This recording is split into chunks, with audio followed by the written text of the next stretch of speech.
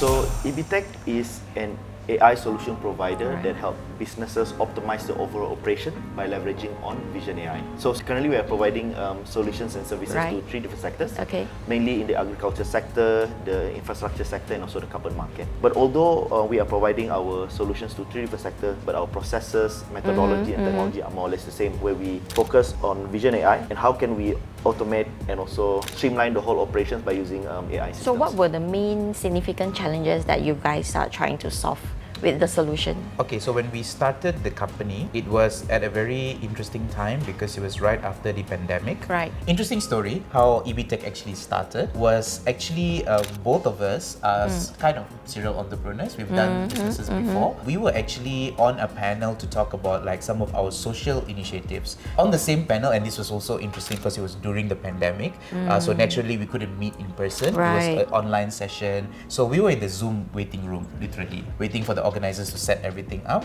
I was just asking him like, hey, so do you do anything else on the side? So he was mentioning that like, yes, actually we do have a team that is going into agri-tech. And I asked, okay, what is the tech that you are bringing to the table?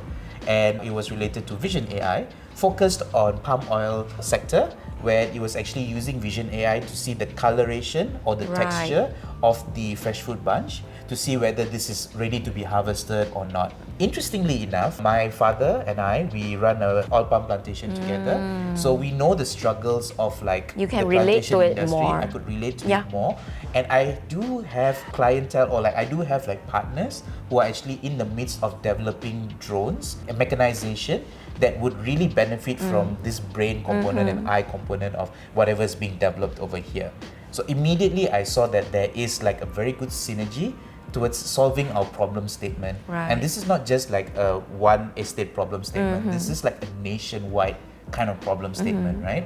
So immediately I told him that like, okay, look, this is what we're gonna do. This is what we need to do and all of it. And what's the beauty about it is like a lot of ideas that starts like that would require us to like, you know, sort of like fund something and product develop and then test the product out. In this case, we literally got clients who hired us, who got the contract to actually get us to develop this for them.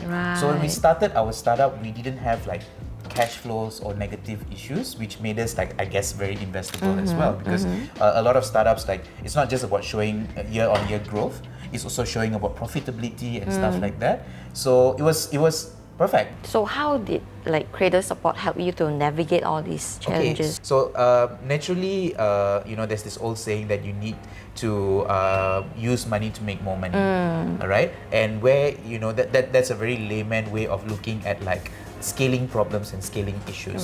So a lot of the support that we actually got from Cradle actually helped us to scale a lot of our products, not just in Malaysia, but also to outside of Malaysia as well. So we were able to garner quite a little bit of traction, not only in Thailand, but also in Singapore, as well as also to, you know, currently in Taiwan market as well. So it was after getting the grant from Cradle that you guys... In the process, yes, in the process. And then now that we are getting the, you know, once we are getting the money in, then we're able to actually like activate and basically plan. market access support, Yeah, but also maybe to add on that, other than just the financial part, the grants and also, like in the case of last year, Cradle actually helped us to also open our horizon to Singapore. So we met a lot with venture capital, we met with a lot of funders, we met a lot of investors, and we managed to raise our first seed round actually through one of Cradle's program, which is through My Startup.